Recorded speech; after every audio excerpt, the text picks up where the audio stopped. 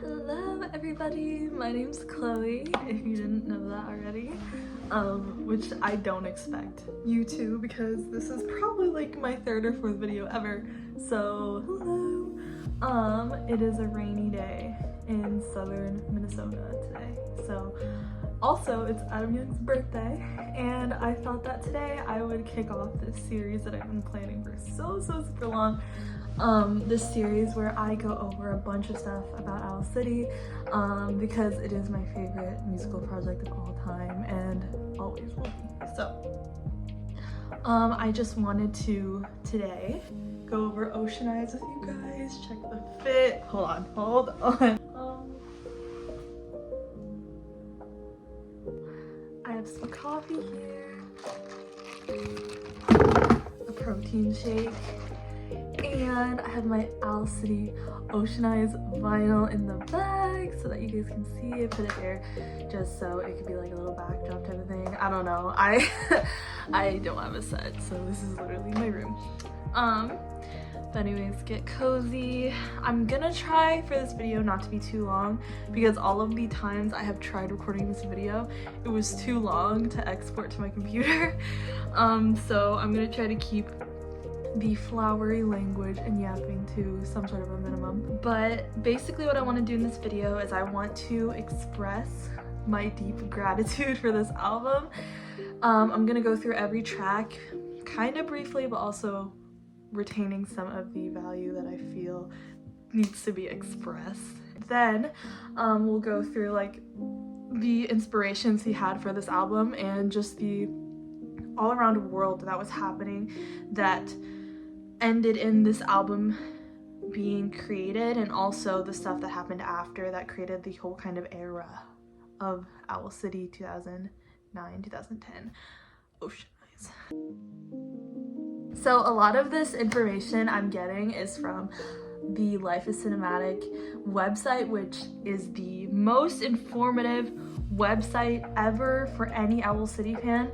I don't know who made it. Oh, what the fuck? I don't know who made it, but whoever made it, I admire you so much. And I've always loved this website. Even before I started wanting to make these videos, I always looked at it. It's such a good like encyclopedia of anything Adam. So for those of you who don't know, Adam Young is the guy behind Owl City. You probably know him from Firefly's Good Time, When Can I See You Again, a bunch of his radio hits. But he is the one who created the project Owl City. Owl City's not a band, it is one guy, but he does have a touring crew that we all love. But he is just one guy when it comes down to the production, the lyrics, and the singing, the vocals of his albums. It's a project that started in 2007 with Of June, 2008, Maybe I'm Dreaming, and then Ocean Eyes was made in 2009 with a deluxe edition short after. To start this off, there's this wonderful quote that they posted that has to do with Ocean Eyes specifically, and it says, "Ocean Eyes is the idea that there is more to someone than meets the eye. This was the first album I wrote with great purpose. I was at the start of my music career. I realized I had an audience and I wanted to introduce them to the real me. I wrote this album to give listeners a glimpse of my heart and soul." It really does bring home that for me. Let's start at the beginning. Early to mid 2009, via the website that I plugged, that I will put in the description because it's such an amazing source of information for all things Owl City. I was born in 86, so 2009, early, because he was born July, so this would have been around his birthday, I guess, 22, 23.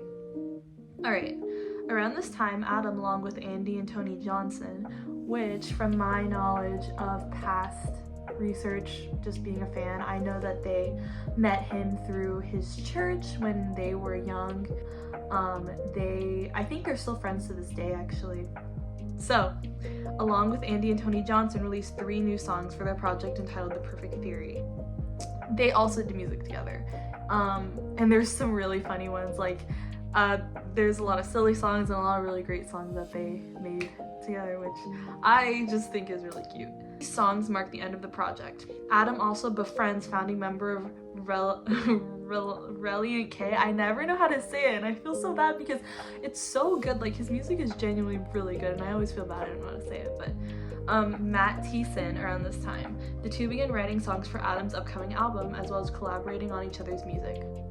So, of what I know about Matt Thiessen, he's actually a really interesting character, and my friend, I don't know if he wants his name out there, but my friend, he told me that he actually dated Katy Perry at one point, which I think is so funny.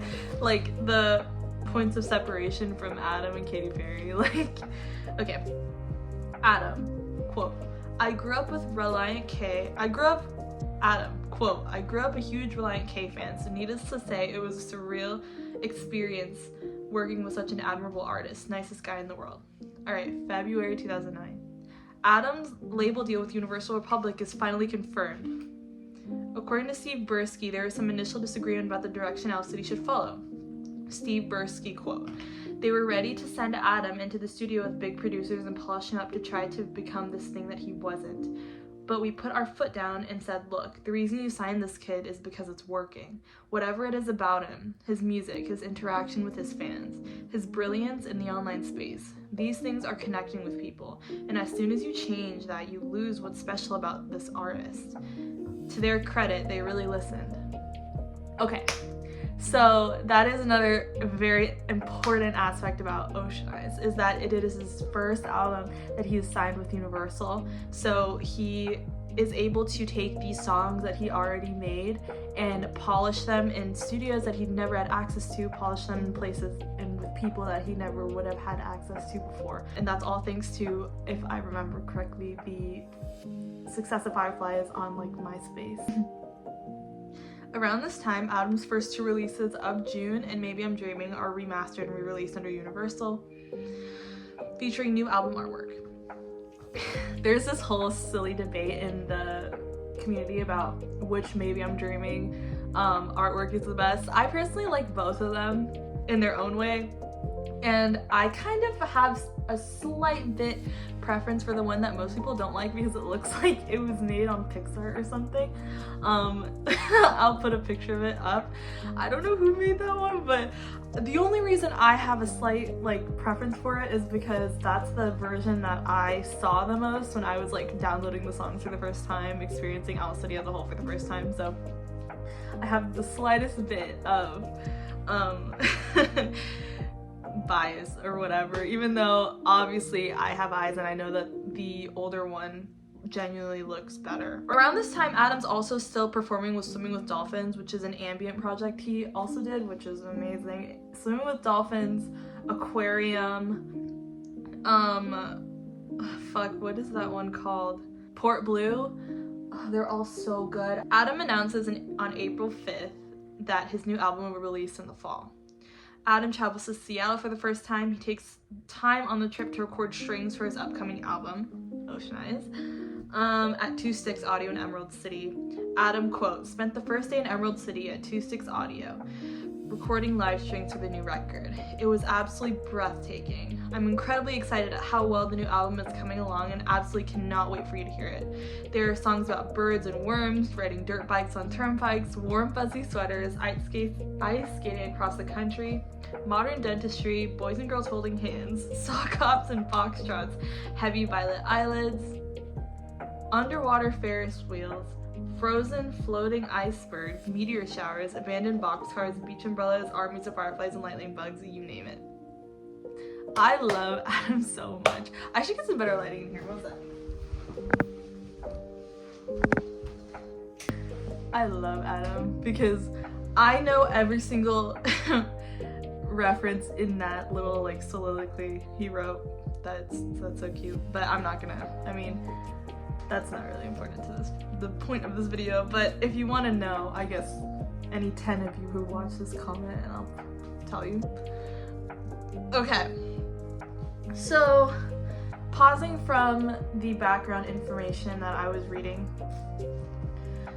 this album, so from what I understand, the big thing about Ocean Eyes, the big thing about the whole ocean motif that is present throughout the whole album, Tidal Wave, tidal wave. Anyways, the whole thing that's with this album is that he grew up in the Midwest in a landlocked state, Minnesota, which is where I am right now, and he expressed, I don't know if this was on Tumblr or something, I wasn't there, I was like 3, but from what I've read of old blogs before this that I can't recall where from, he expressed that he always wanted to be by the ocean because it was something he never grew up getting to go to. So it was always this like elusive concept to him, like it almost seemed otherworldly. And I think that the album cover is a really cool indication of that, and it's really cool kind of like expression of that feeling that he's had towards the ocean his whole life. Like the album cover is like this surrealist, dreamy art of the Burj Al, hold on, I'm gonna butcher this so bad. Burj Al Arab, which is a hotel. It's considered, at least what I can see online, one of Dubai's most visited hotels.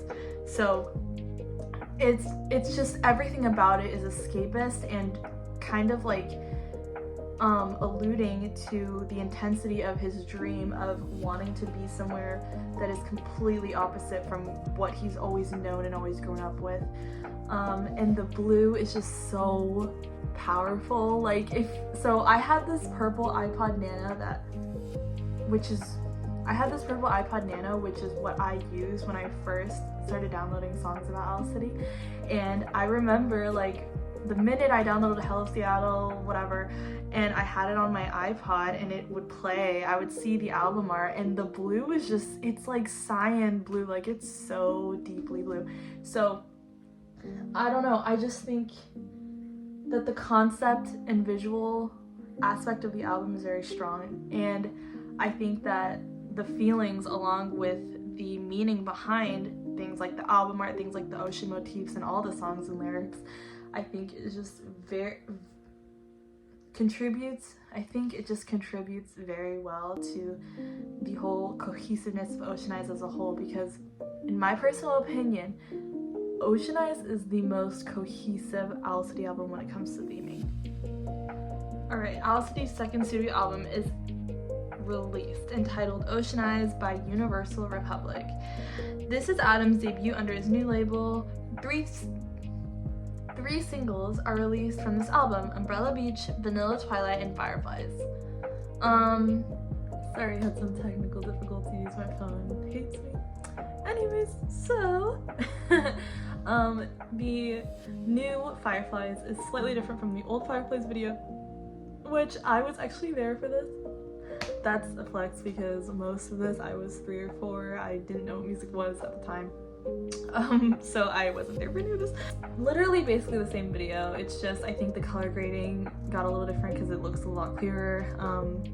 I think that they did this right before it hit Diamond. So it's Diamond or Platinum, one of the two.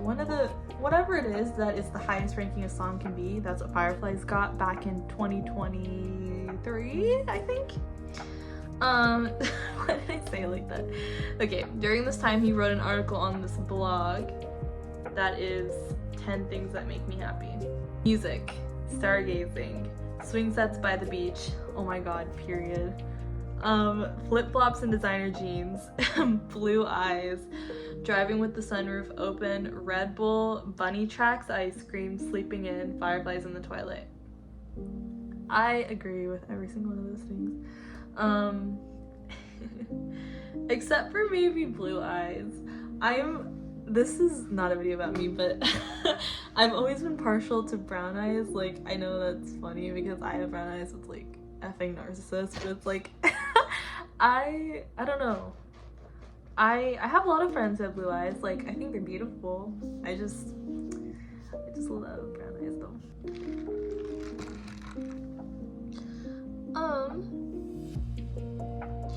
Okay, so basically all throughout September he's performing. His performing crew consists of Adam, of course, Matthew Decker, Brienne Duran, Queen, Laura Mustin, Hannah Schroeder, and Austin Toft. There might be someone I'm missing, but that's basically all of them.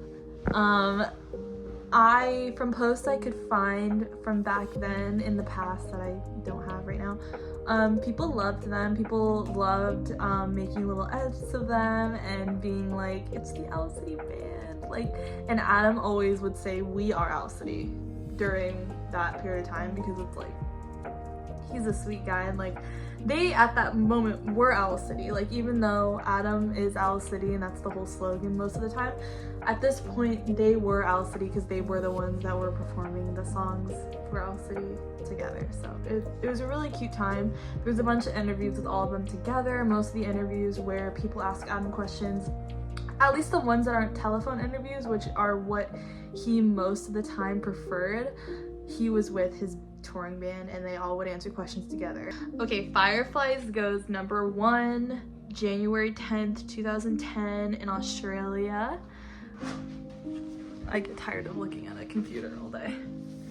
Okay, side 1. I'll break it up into sides too. Side 1, Cave In, Bird and the Worm, Hello Seattle. Okay, Cave In is so important to so many people, including me, because it is the best album opener that I have ever heard in my entire life. And for a lot of people, it was the first track that they ever heard of Adam, because he opened I think many tours with Cave In. Like, that was always his opening song. It's such a good song. Cave In is about kind of being tired of being stuck where you are, and kind of believing like both that you can get out of it, but also that you can't, and kind of relishing in the hopelessness of it, I guess. It's a very angsty song, but also it has the optimistic lens and aspect where it's like, I do have the ability of coming out of the other side of this. It's obviously up for interpretation. He doesn't specify exactly what it is he's trying to escape. It's both a song of bravery and a song of surrender. It's a really, really awesome song.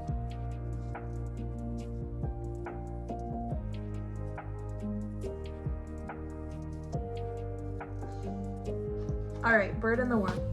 Bird and the Worm is one of the most underrated songs on this album. I never hear anybody talking about it. I love it because it's a standout for sure. It doesn't sound like any of the other ones. I always would say to my friends back when I was like way younger that Bird and the Worm is Adam's only like kind of rap song, and that's so not correct, but I think it kind of pays some kind of mind to the lyrical choices that he makes in Bird and the Worm, because it's very different in terms of tempo, and it's like a love song, but it's a love song about a doomed relationship. It's about power imbalances in relationships. There's a pervasive theory though that this song is sexual. I don't subscribe to that theory just because I don't see that in the lyrical content in any kind of metaphorical or tongue-in-cheek way. Like, I don't see that. I think the only reason a lot of fans think that is because it has the word bird in the title, so it's like Bird and the Bees. But I think that it was a play on that euphemism just in the way that Bird and the Worm, because that's predator and prey, versus birds and the bees. It's like those don't really have much to do with each other in terms of that aspect. Hello Seattle. Okay, so a lot of Owl City fans will hate me for this take, but I just contradicted myself because I just talked about Cave In. But when I was younger and I first got into Owl City, and especially this album, because this is the first Owl City album that I ever listened to the full track, the full way through in one sitting. This is the first album I ever did that with. And for some reason, the way I downloaded it after listening to it for the first time Hello Seattle was always at the top in my iPod. So for some reason, after I listened to it for the first time the full way through, I didn't remember that Cave In was the opener, so I always just thought that Hello Seattle was the opener to Ocean Eyes. And so when I realized when I got older and I didn't have my iPod anymore because I got a phone and all this, like, I was like, Hello Seattle's not the opener to the album? That's so weird. And so now I have this weird thing in my head where I feel like Hello Seattle would be a really cool opening to the album. And but also the whole other part of me is like, no, Cave In is an amazing opener, and it really is. But I think that there is some merit to my weird theory. Like, I think that Hello Seattle would be a really cool opener to the album. If Cave In did not exist, which God forbid that reality ever becomes reality, I think that Hello Seattle would be a really cool opener.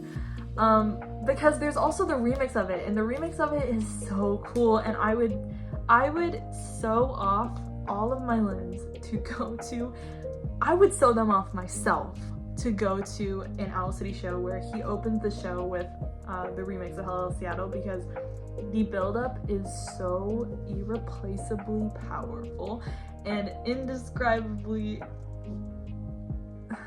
serotonin-inducing to me. So I think that opening it with the remix and then closing it with the regular track, I would eat that up so bad. But Hello Seattle, okay, as a song though, Hello Seattle is, as we talked about before, it's kind of the brainchild of his want to go to the coast and also to just be in a city, like just to be in a bustling city, because he grew up in a small town. So it's both those things at once, because we all know that Seattle is like a coastal city in Washington, I think. I've never been there. It was the first edit I made with Hello Seattle, and I have it. Wait, hold on. I forgot that I still have it. Towel. So I put it on my wall. Oh my gosh. As you can see, Hello Seattle, I am a mountaineer. I had this on my wall for years, and we will get into more about this picture, and specifically pictures similar to this for one reason, and I will allude to that later. Because it's really funny, part of this era, but we're not getting to that right now. We're doing the track listing. So yeah, Hello Seattle has a really great lyrical aspect to it, because verses are constructed in such a way that each one is very unique, but yet they follow the same exact concept. So it's like, Hello Seattle, I'm a mountaineer. In the hills and highlands, I fall asleep in hospital parking lots. Or like, Hello Seattle, I'm a manta ray deep beneath the blue waves. Like, every single verse starting with Hello Seattle, I think made it so iconic. So most of the lyrical edits from this time are of Hello Seattle, or if not most, there's just so many that it makes it seem like it's most of them. Side 2. Side 2 is my favorite out of the whole album, because it has the 3 of my favorites on this album: Umbrella Beach, The Saltwater Room, and Dental Hair. Umbrella Beach, we're starting off very ever so strong, because Umbrella Beach is the best song off of this album, in my opinion. It's my favorite, and it has been ever since I listened to this album for the first time the full way through. Umbrella Beach is about feeling homesick for a home that is so far away, that is not your home, but you feel it is, and that is just so indescribably valuable to me, I think, as a song and also as a feeling, and also how genuinely he plays with it and brings it to life. I think it's so beautiful. There's so many strings on Umbrella Beach that are just so magical and lush, and it's so good. This song has so many different dynamics to it, not only the string parts, but it just has such a powerful intro, and the lyrics are so good. Like I said, they're very escapist and very dreamy, but he brings them to life with these very, like, almost otherworldly type of singing, with these otherworldly type of vocals, and his decision to do that it shows that that song was very emotionally, he was very emotionally, he had a lot of emotional intent behind that song, and not a sad way, but just I could tell that song to me evokes the quintessential feeling of Owl City, and that's why it's my favorite. But for everyone, their favorite is different, so I get it. Okay, Saltwater Room. And the Saltwater Room is the Owl City romantic song. I love the Saltwater Room so much. Honey and the Bee is a close second to me, but Saltwater Room will always be that bitch. The Saltwater Room has this infectious chord progression, and it starts from the beginning. It doesn't end to the end. I mean, that's with every song, right? I don't know. I don't know anything about music theory, but it gets stuck in your head all day, and it's very sweet. It's about these two lovers who, well, they're not lovers yet, and I think that's the biggest, I guess, concept of the song, is that there are these two people who there's like this feeling that they have towards each other that isn't necessarily love, but it also isn't nothing. It's like this feeling of more just longing for the other, but they don't have enough, whatever it may be, interest, energy, time, whatever, to make it into a full-blown relationship. So the whole song is just about them yearning for connection to each other, yearning for that feeling of like falling madly in love for each other. So it's like, it's kind of like a love song of love. It's like, my favorite line in the song is the very, very, very end, and you can barely even hear it, which I don't know why it's a here, but it is, and it gets me every single time.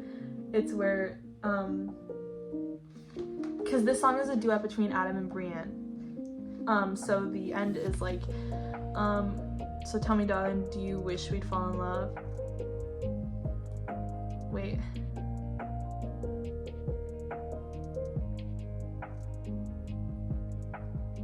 So tell me, darling, do you wish we'd fall in love all the time? And then the chord progression like starts playing, and then Adam says, oh, all the time.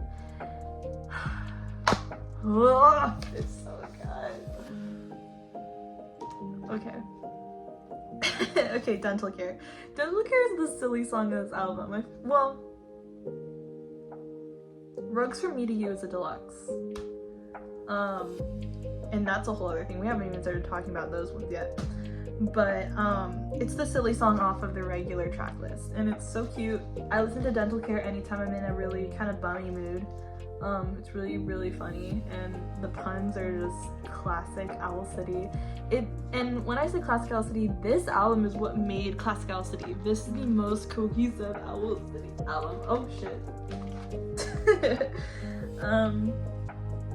But Dental Care is pun the song. It's so cute. Honestly, just listen to it if you're ever feeling kind of down. Logically, the song is about going to the dentist and not wanting to go because you hate the dentist.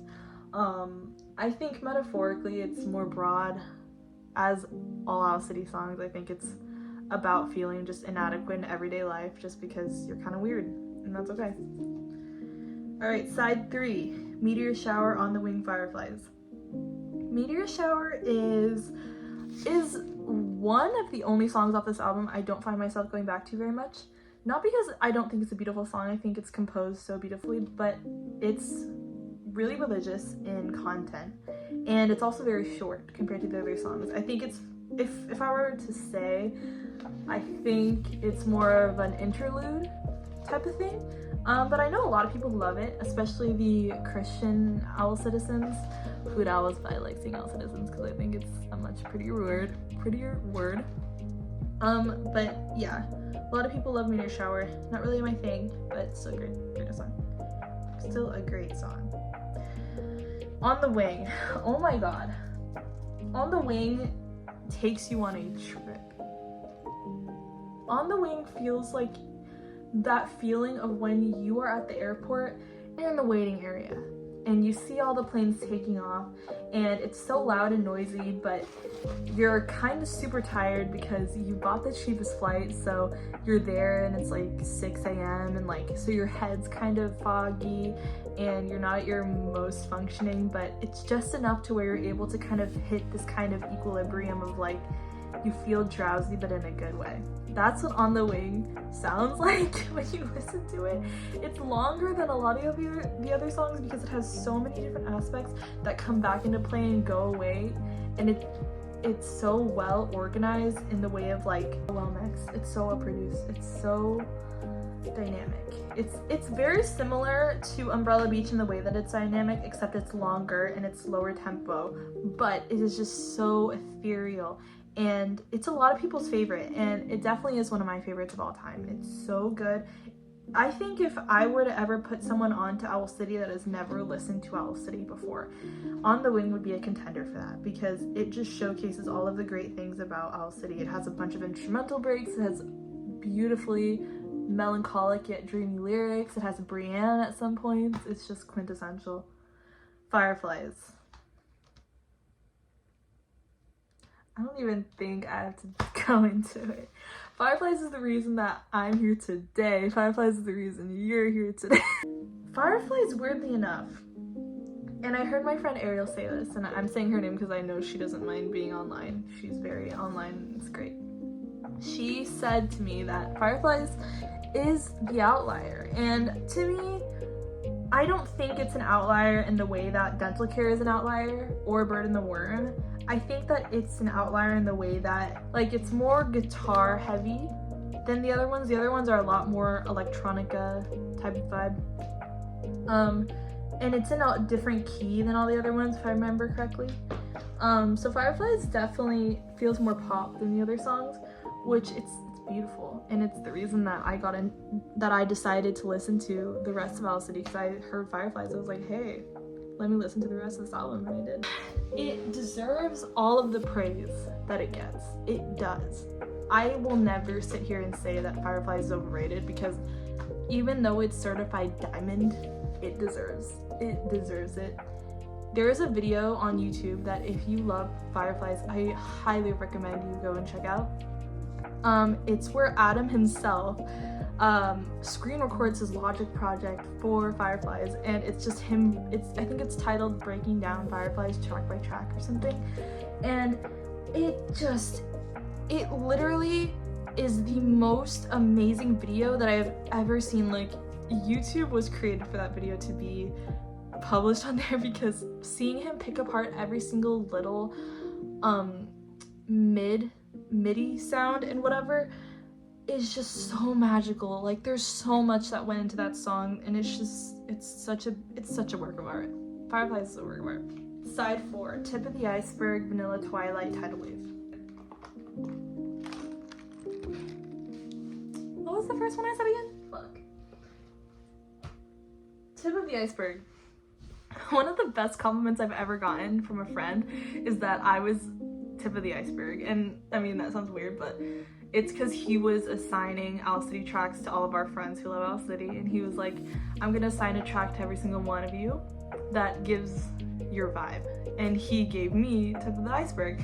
And at the time, I didn't really connect with Tip of the Iceberg as deeply as I do now, because back then I was like 15, and Tip of the Iceberg is one of his angsty ones. So I was like, oh, that's cool, but like now I'm like, oh fuck yes. Like, Tip of the Iceberg is a song about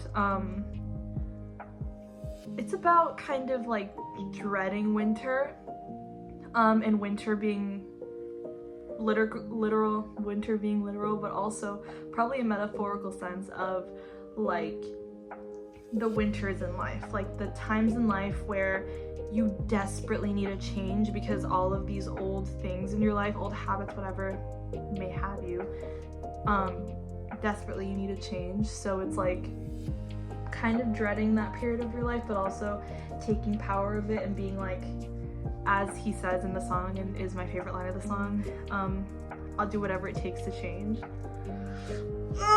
Musically, as in sonically, such a cool song. I think the chorus and the instrumental break is one of my favorites. So cool. And it's one of my favorites to hear live from him. All of the videos of Tip of the Iceberg live genuinely are the coolest. I don't know why. Like, I think it's just the build up to the instrumental break that's just so cool to hear. Like, even from a computer, it's just so... Okay. Vanilla Twilight. Why don't you just shoot me in the head? When I was younger, I feel like I listened to it a lot more because I would always listen to it and think about like I would think about Adam and be like, because I had such a crush on him, and like I love him so much. Now as an adult, I love him, and obviously as an adult, I know like he's married and I'm 19, like that's never happening. But like as a kid, I would always listen to it and think about Adam and be like, as many times as I blink, I'll think of you, and be like reading like Wattpad OC one-shots, OC as an Owl City. Yeah. That was me at age 13. That's what I did all of quarantine. But now as an adult, I listen to it when I miss someone, even if it's a friend. It's a great song to get your little feelings out when you're missing somebody. It's regarded as one of his best by the general public. It's like kind of the sister song to Fireflies in that way, where like most people who really were into Fireflies also heard Vanilla Twilight, so it's kind of like, it's definitely one of his most popular songs too. I think it's great. Not my favorite romantic Owl City song, but when I need a good cry, it's a good one. Alright, Tidal Wave. The end of the original track listing, not the deluxe or the deluxe, which includes like Butterfly Wings, Rugs From Me to You. I feel like there's one I'm missing, but okay, we'll get to that. Tidal Wave is very cool.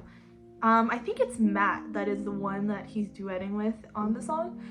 It's the most, I'd say, angsty. There's some angsty ones like I mentioned, but I think Tidal Wave is the most angsty. It's very cool sonically. Like the breakdown at the end is very sentimental and special to me, as I'm sure many of you. But the lyrics kind of allude to this religious tug of war with himself, tug of war between him and his beliefs, so inner war type of thing. It's really cool to listen to when you're kind of feeling that way about anything, believing in anything. I really like listening to it, even though I myself am not really religious, and this goes for almost every Owl City song. He incorporates a lot of religious elements in his music because he's religious, and I still love those songs. I still find so much meaning in them. I still find so much heart in them, and I think that it's a really cool song to listen to kind of in the space of like, if you know what it's like to have experienced or be experiencing depression, it's very genuine in that way. Around this time in 2010 July, he releases An Airplane Carried Me to Bed, which is something that he recorded in the summer of 2006. So he was like 20 around. He didn't release it until 2010 because he didn't have the audience that he did, so he didn't really feel inspired. He says that he abandoned it. Adam, quote, "I've kept these recordings secret for a long time and they've never seen the light of day until now. Long before Owl City was ever a spark of a flame, a lot of blue-collar working days are spent absent-mindedly daydreaming about what would ultimately become this collection of songs. From the perfectionist musician's perspective, a song is never truly finished but rather abandoned, and thus a lot of inspiration and reckless experimentation. I emerged from the basement with an 11-song record which I affectionately titled An Airplane Carried Me to Bed." I'm gonna have a whole separate video about Sky Sailing and Airplane Carried Me to Bed. Literally I'm gonna start crying. Great album. I'll leave it at that. But he released it during this time. This era. This Owl City era of Ocean Eyes. I'll just say this, Rugs From Me to You is very similar to Dental Care in terms of silliness. I don't really listen to it that much, but it's very cool that he experimented with different types of instruments in that song. I don't know what the main one is called, but it's very different. It's very cute, very campy.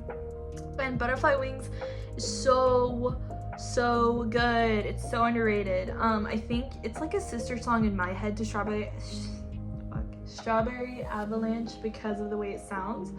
I think that it's a very hopeful song. It's a song about kind of wanting to share your dreams with somebody, and it's super cute. Alright, but moving on, the Taylor Swift side of things. So if any Swifties, or I know that Swifties and Owl City fans overlap a lot, so if any of you guys are one of those people, you will know that this was the era where Adam and Taylor had their kind of unrequited love saga. So basically, of what I can find, in February 2011, he releases a cover of Enchanted, and then with lyrics changed to suit, like he adds Taylor in there to like address her in the song. And he writes this whole beautiful blog for her that's called Dear Taylor. I won't read all of it because it's really long, but I will just kind of summarize. Okay. Basically, at the beginning, he says he loves her music. He was listening to her new record. He noticed that in Enchanted, she spells out his name in capital letters, A-D-A-N. He says he's taken aback. He was really honored. And he releases on Valentine's Day, so he says, "They say timing is everything, and that brings us to now. Today is Valentine's Day, and thus here's my reply. Dearest Taylor, I'll be the first to admit I'm a rather shy boy, and since music is the most eloquent form of communication I can muster, I decided to record something for you. As a sort of reply to the breathtaking song on your current record, this is what I wanted so badly to tell you in person but could never quite put into words. Everything about you is beautiful. You're an immensely charming girl with a wonderful heart and more grace and elegance than I know how to describe. You are a true princess from a dreamy fairy tale, a modern Cinderella. I'm terribly sorry it's taken me so much time to reply, but I figured Valentine's Day was the perfect time to write this note to you and simply say, I was enchanted to meet you too. Love, Adam."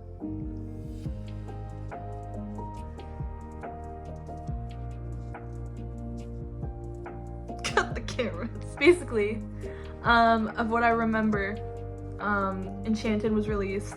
It took him, I think it was like 5 to 6 months, if I remember correctly, to reply. So he sends her his cover, right? And that note. And they're both very public about this because obviously Taylor's song was on her album, so that's very public. He sends the letter to her and then posts it, I think, on this blog. I wasn't there, but that's what it looks like from the Wayback Machine I just saw. What ends up happening is the fans see this. They're like, oh my god, this is so cute. This is so cute. Taylor never replies. So to this day, because of that, since Enchanted is one of her most popular songs, especially from her early eras, I guess, there's this weird feud between like Owl City fans and Taylor Swift fans because you read that letter with me. That was very cute. And she never said anything. She never replied. There's multiple interviews, and there's so many that I don't even think it's worth it for me to go find all 20 of them and paste them here because this video will be 13 hours. But there's so many interviews after this where interviewers are asking Adam about Taylor. Like have you talked to Taylor? How are you and Taylor still a thing? What do you think about Taylor? All this, and he always replies that she's amazing and that she never got back to him. And he always says like, oh well, I bet she's just busy, because obviously she also had her own music career going on, so she was on tour and whatnot. But